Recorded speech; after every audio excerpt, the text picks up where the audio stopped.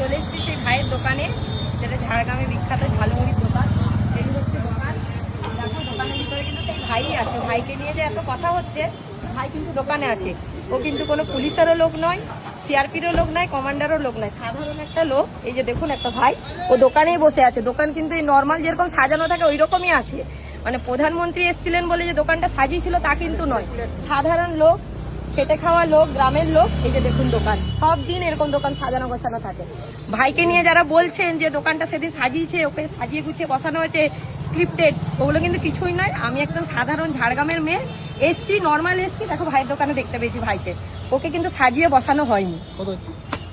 আমরা হয়তো এখন প্রশ্ন করলে ভাই বিরক্ত হতে পারে, কারণ এতদিন ওকে এত লোক জ্বালিয়েছে। তো আজকে আমরা কোনো প্রশ্ন করবো না, আমরা দেখিয়ে দিলাম আপনাকে। দাও আমাদের দুটো মুড়ি দাও তো।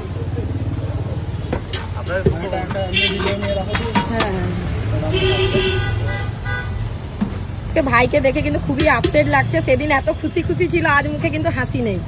এই হাসিটা কিন্তু সাধারণ মানুষের জন্যই কিন্তু চলে গেছে। দেখতে পাচ্ছ কত গম্ভীর ভাবে ভাই আছে। কিন্তু যতটা খুশি ছিল, এত মানে আমাদের প্রাইম মিনিস্টার এসেছিল দোকানে, এত খুশি ছিল, আজকে ভাইয়ের মুখটা দেখে বোঝা যাচ্ছে সে খুব চাপে আছে। আপনারা যারা এরকম করছেন, এরকম করা বন্ধ করুন। সাধারণ মানুষ, খেটে খাওয়া মানুষ, ব্যবসা করতে দিন, থাকতে দিন সুষ্ঠুভাবে।